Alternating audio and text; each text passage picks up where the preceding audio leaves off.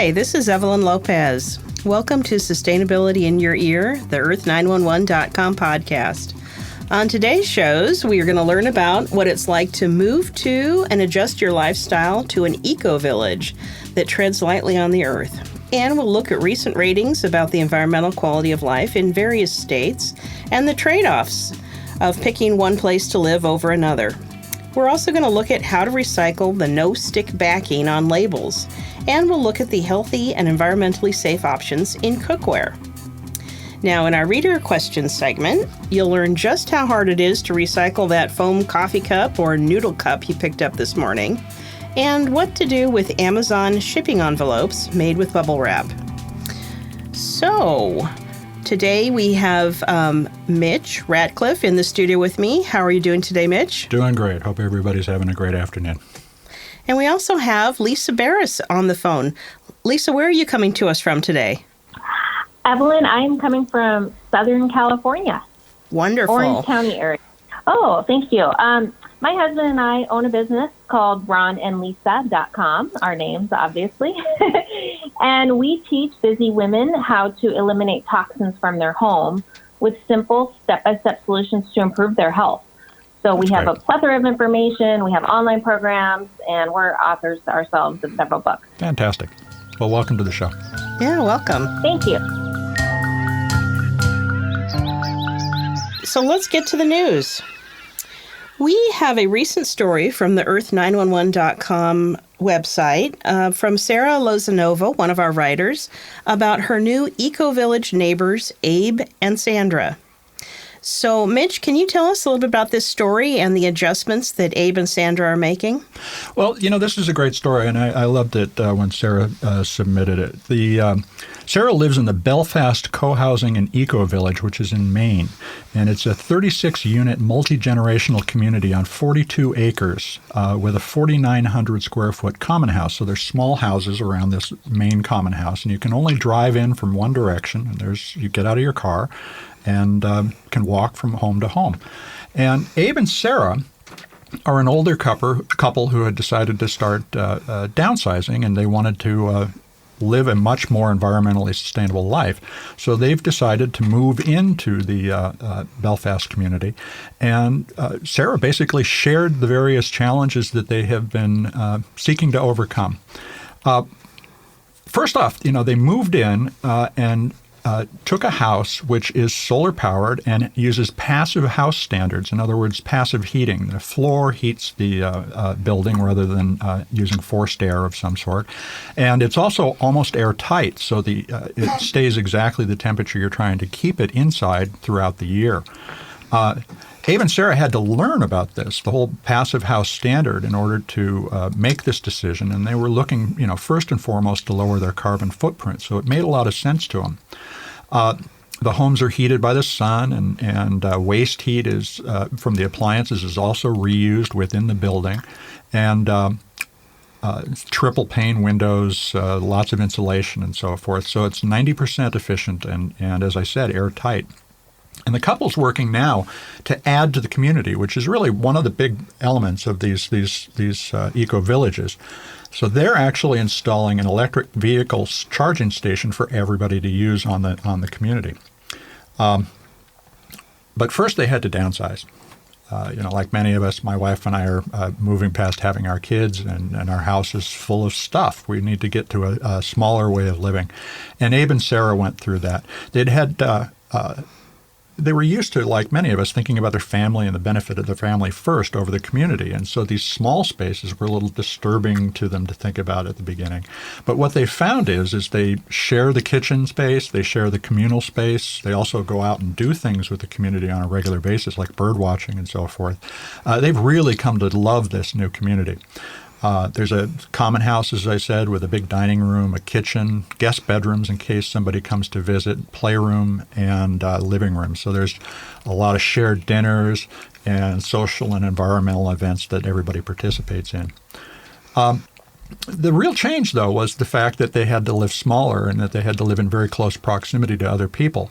And they said, we might have had different ideas on how things should be done or the costs, but we were all on board in wanting to have a smaller footprint and contribute to the health of the land and water. And that is what defined the choice they made when they went to the Belfast community. So it was a great way, and I encourage everybody to go see the pictures on this story as well, to understand what it's like to live in these communities where the earth is the priority, not necessarily convenience, transportation, and all the things that we've grown up being used to. Yeah. Well, it's a really interesting article, and I appreciate those photos because the picture of the common house that they're near, it's really beautiful. Yeah, it's a lovely home. So it looks like the whole community is probably a very visually pleasing place as well. Well, the idea that you only walk on paths between the houses to me is really attractive. Mm-hmm.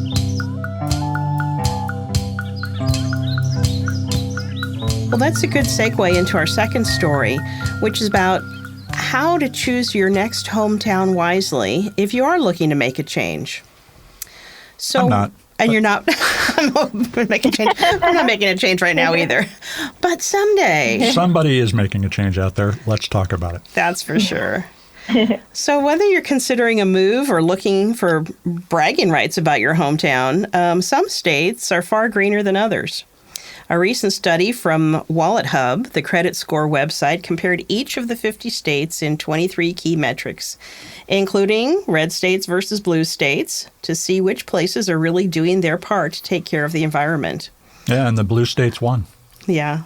I guess that's not totally surprising. Right. So here's how things shape up across the good old USA when it comes to environmental quality, eco-friendly behaviors, and climate-changing contributions. First, why don't we switch this off? So, Mitch, tell us about if you want to breathe the freshest air, where would you locate? Well, you would go to Wyoming, the Dakotas, Vermont, or New Mexico. That's where the air is the cleanest. And interestingly, right next door to Mexico, Arizona has some of the worst air. So you really can, with a small change in your destination, make a big change in the quality of the air that you breathe.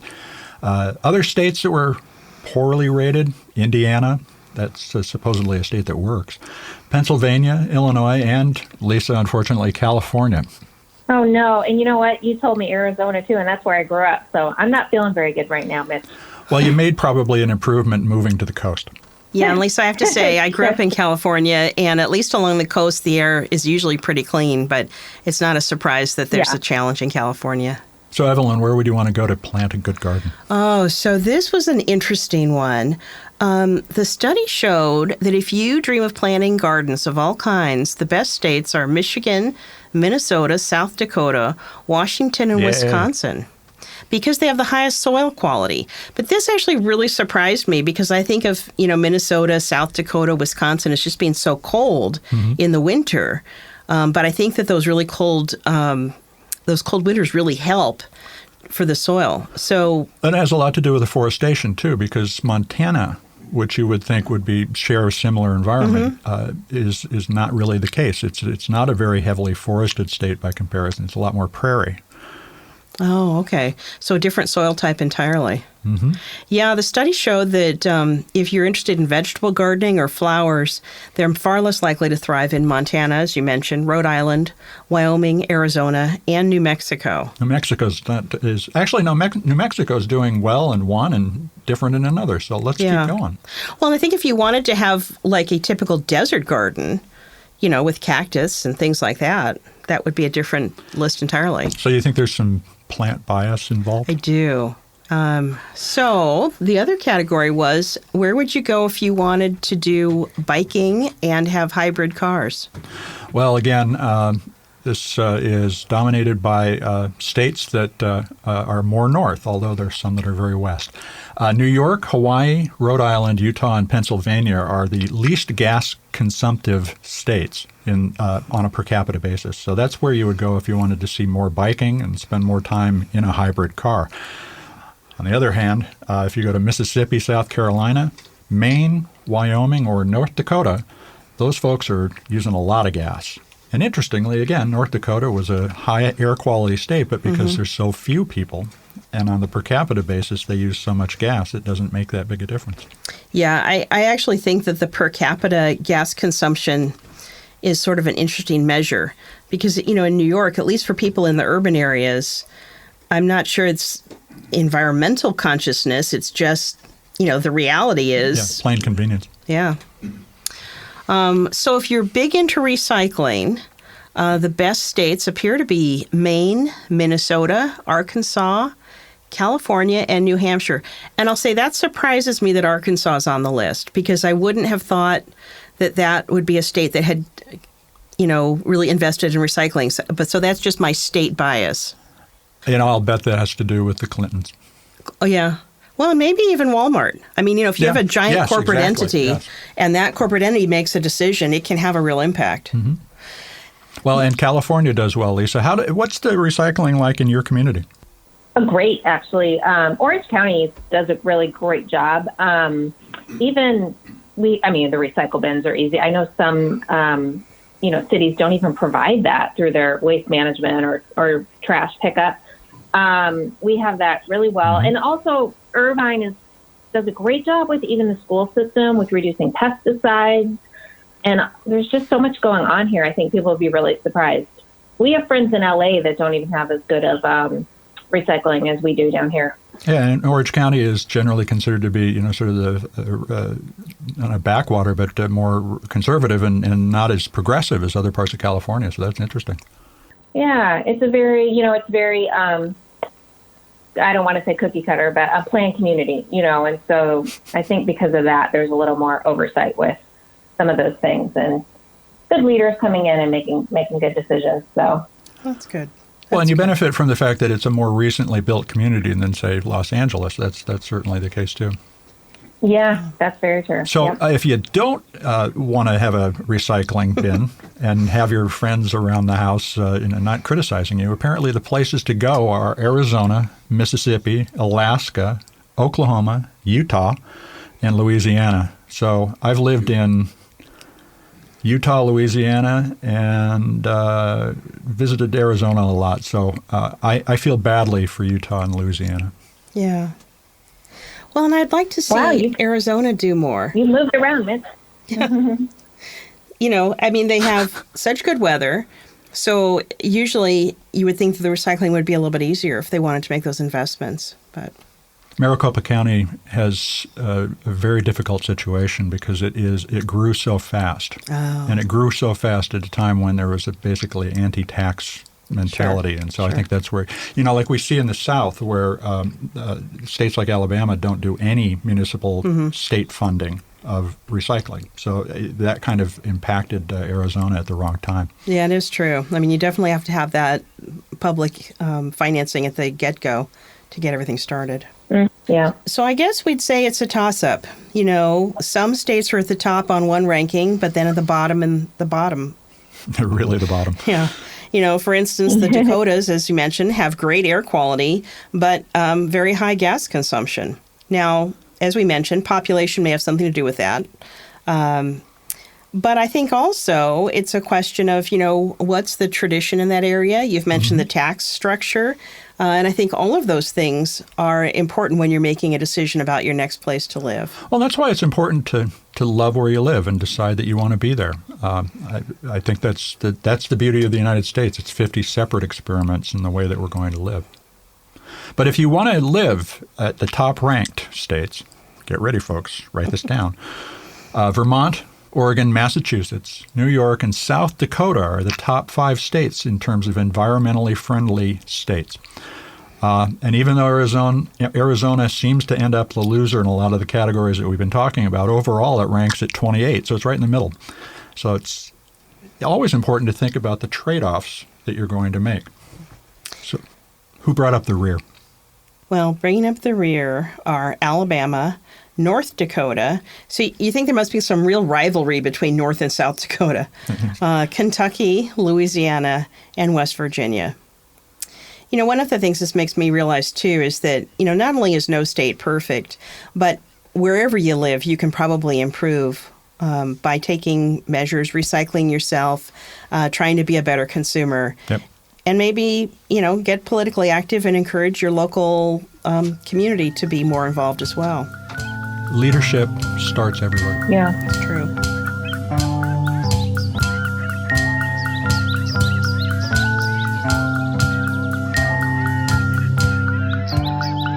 So our third story today is a recycling mystery about those label backing sheets. So Mitch, what can you tell us about this? Well, if you've bought stickers, you know that slick sheet on the back that makes it easy to peel off. It's really easy, right? Mm-hmm. Well, unfortunately, it's almost completely unrecyclable. Yeah, and I'm sure I've put these in my recycling bin. I know I have. Yeah, I'm guilty too. Mm-hmm. Yeah. It's. I think we're all guilty of this one. Label backing sheets, which are in the trade known as release liners, are a hybrid form of paper. It's called glassine. And while almost everything you can tear is recyclable by definition, this is not the case with glassine. It's almost translucent, and the reason that is the paper fibers are straightened, so they're all aligned, and they're pressed very, very thin, and then layered with one or another type of plastic. PET, which is plastic number 1, or polypropylene, which is plastic number 5, and sometimes silicone, a variation on rubber. Now, the problem is, if you're going to take that and recycle it, you have to separate the petroleum-based product from those thinly pressed, aligned fibers, and you don't get a good output. You get almost nothing back for the effort. So almost no one will recycle these things. But interestingly, Avery Dennison, maker of the labels and the largest manufacturer of envelopes and the like, does actually recover a great deal of their glassine liners. But they do it by sending the materials to Europe, to a company called PET UK. It's in Scotland, even though it's called PET UK. And they turn 40 metric tons of liner waste into new liners every year. So it is possible to do something with it, but it has to be a very specialized practice. And, this doesn't mean that we're going to have a consumer solution to this anytime soon. Avery Dennison will take back certain materials. You can do some mail-in with them, and you can check their website about that. Okay. Well, those are really good tips. It's helpful to me just to know not to put these in my recycle bin. Yep. That's a good starting point. And maybe eventually we'll see them use some different product materials. Well, progress. We're waiting. Yes. So, Mitch, in order to have those recycled, you do have to send them back to the manufacturer, or yeah, that's the only option right now, and it's really a limited program. Avery Dennison captures most of that from business recyclers. Oh, okay. Right, because so they do a full life cycle thing. We'll take it back after you use it. Yeah. Right, that's nice. Which is, I think, where we're going with a lot of products. So hopefully that'll come to the consumer in 5 to 10 years. Yeah. I'm kind of thinking like those styrofoam packing peanuts. They now have the ones that are made out of some sort of a rice paste that you can dissolve in your sink. I mean, I would think that sort of rice product could be used also as a backing sheet, but we'll see. You might want to think about starting a company. I would love to start a company. Yeah. All right. So let's talk nonstick cookware alternatives. Lisa, you wrote a great story on this and ran down a whole lot of information, so why don't you tell us about it? Oh, boy. If you're using nonstick cookware, you better get unstuck today. And you're going to want to, after you hear some of these facts about nonstick cookware, which has been in the news now for 8+ years after DuPont was sued they're the maker of Teflon, which is a trademark. So a lot of people call all nonstick cookware Teflon, which isn't the case. DuPont is the maker of Teflon. And basically they use these chemicals called PFCs, which stands for perfluorinated compounds. And these chemicals actually make the product stain, grease, and water resistant. So it's not just nonstick cookware. You'll actually find these chemicals also in anything that's stain resistant. So think about Stainmaster on your carpet or Gore-Tex in your ski wear. And what's really scary is these chemicals are also used in food wrapping. So French fry packages, pizza containers, anything where they would want your food to not stick to the packaging. So you're saying that a child crawling on a carpeting would be exposed to this material? Yeah, these chemicals are bioaccumulative. So when they get into our bodies, they bioaccumulate. And they're persistent in the environment. They're very hard to break down in the environment.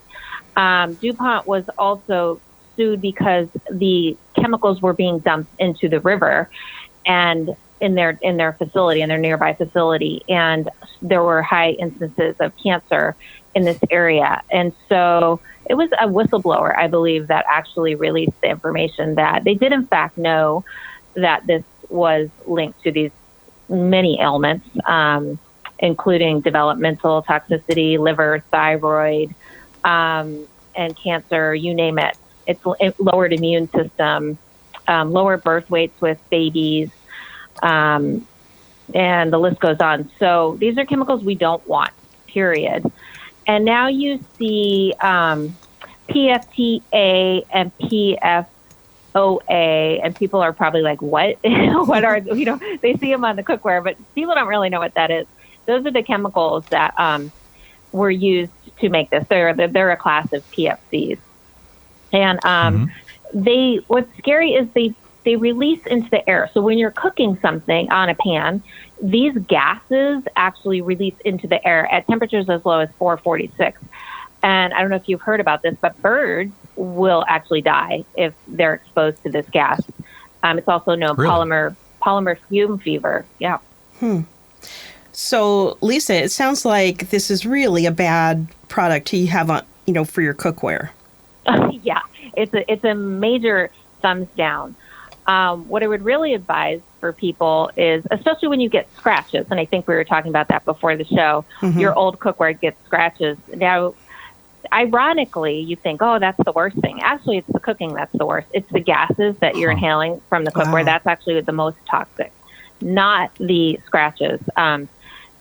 Isn't that strange? You would think it's because it's ingesting it, your body can break it down more than when you actually inhale it. You breathe it. And okay. so, regardless, we don't want to be using it. And now a lot of manufacturers are coming up with the non-stick that don't have these particular chemicals. I would definitely warn everybody listening to be buyer beware, because these new chemicals are not tested, and the ones that have been shown to be just as toxic. So you know how the story goes. This may be another 10, 15, 20 years before some of those chemicals, we find out the reality and those get banned. So there are safe choices that you can use instead. So what are some of the things that you would recommend? A cookware that is not coated with the old bad chemicals and is not coated with the new possibly bad chemicals. Right, exactly, the toxic alternatives. So what I suggest is good old-fashioned stainless steel is great, and or cast iron. I mean, the Romans used cast iron, and this goes back in history, and it's a very safe material, as is food-grade stainless steel, because, there's different levels of stainless steel. So you want to make sure you're getting a quality stainless steel.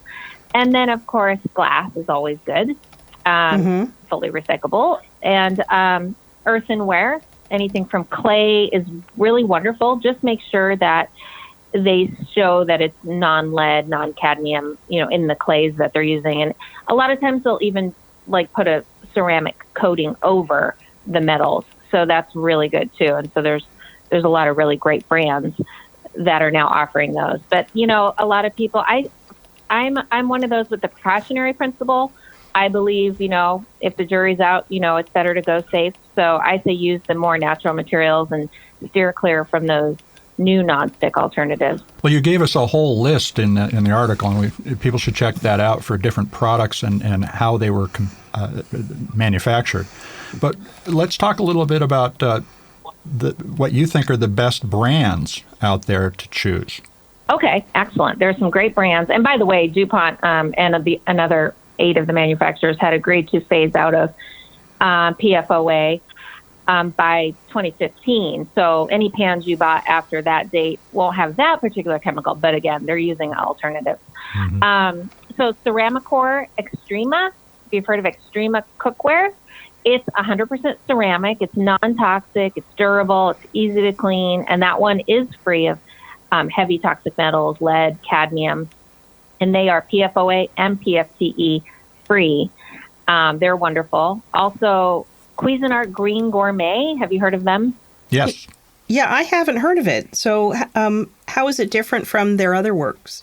Well, this one actually uses a hard anodized pan construction, and it is also PFOA and PFTE free, and it has really good heat distribution.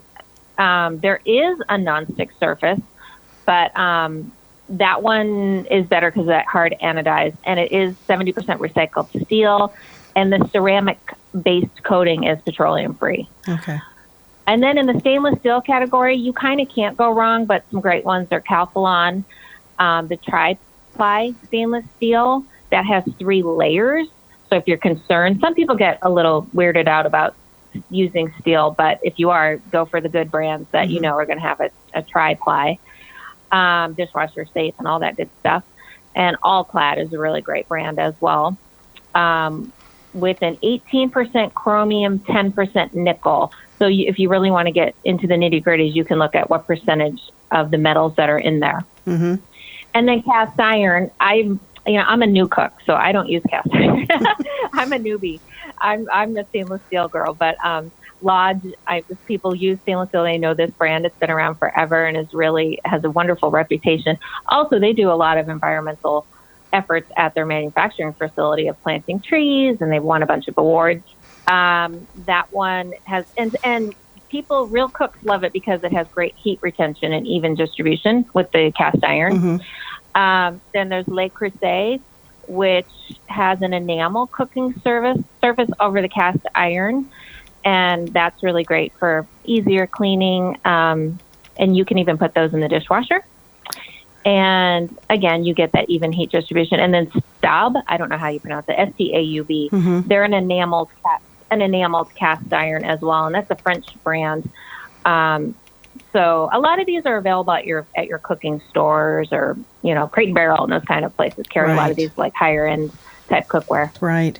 Well, I'm a big cast iron user. I love it. Oh, okay. Yeah, and I love the Le Creuset also, but the Le Creuset is pretty expensive if you're getting the larger pans or the casserole dishes.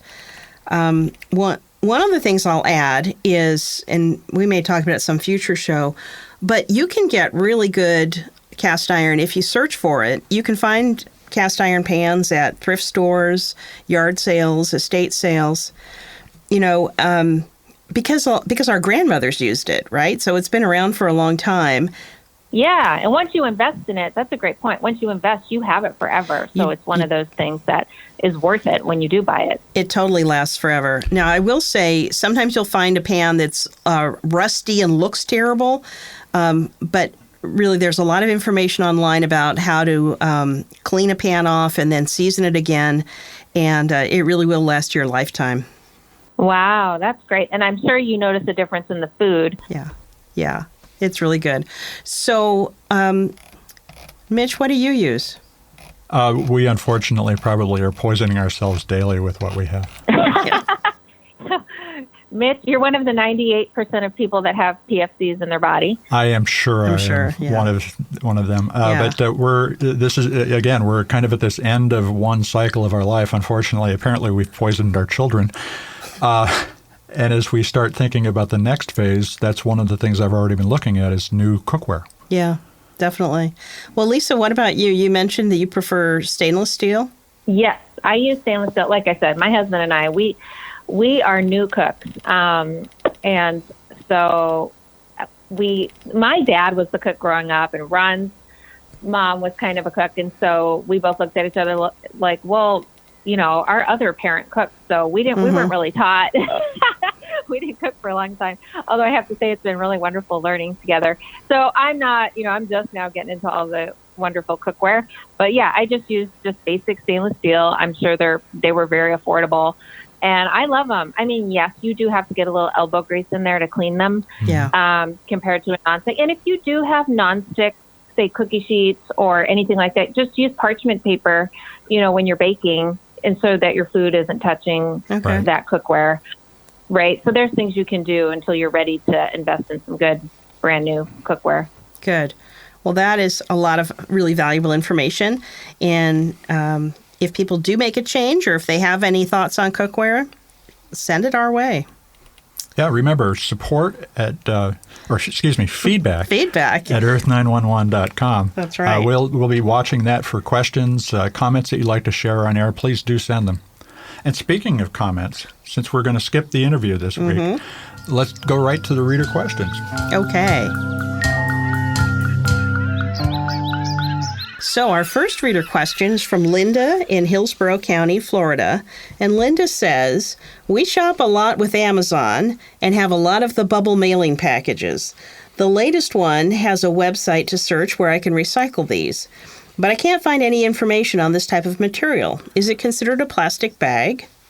Well, so this is an interesting situation because Trey Granger, one of our writers, as we were talking about this show, said that Amazon sends him paper envelopes with bubble wrap inside it, which is unrecyclable essentially because you would have to separate the two materials in order to do that. But what Linda's referring to is something that I've received at home as a Prime package, which is a plastic bubble wrap with a howtorecycle.info tag on it. Yeah, I've seen that too. Return to store. And so what this is a number 4 plastic bubble wrap with the same plastic on the outside. So ostensibly, although Trey is skeptical, this can be taken and dropped back in the same bin that you would at the store with your grocery bags. So if you're getting paper Amazon mailings that have bubble wrap inside, that's not recyclable. But if you get these plastic ones, they are. Okay. That's good to know. That is good to know. And by the way, Sealed Air that makes bubble wrap, they own the patent.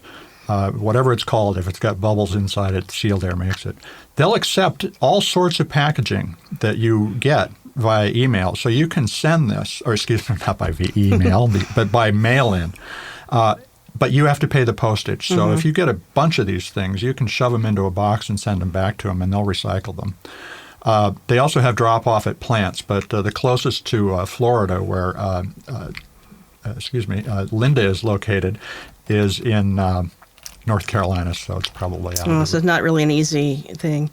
You know, I'm always oversharing on this show, but my husband orders just loads of stuff from Amazon and eBay. I mean, we must get like 3 packages every day. It's an addiction. It's a problem. But so we get loads and loads of bubble wrap, right. and it stacks up. And luckily, our recycling center here in Tacoma will take bubble wrap. But what I was doing recently was I put out a note on Facebook saying, does anyone need bubble wrap? And I had a friend who ran she actually ran the Cartridge World computer ink service, a store. And she was taking them all my bubble wrap, because they return and recycle their cartridges and they want to wrap them in bubble wrap. And when they're purchasing it, so if a retail store is buying bubble wrap, it's very expensive. Yeah.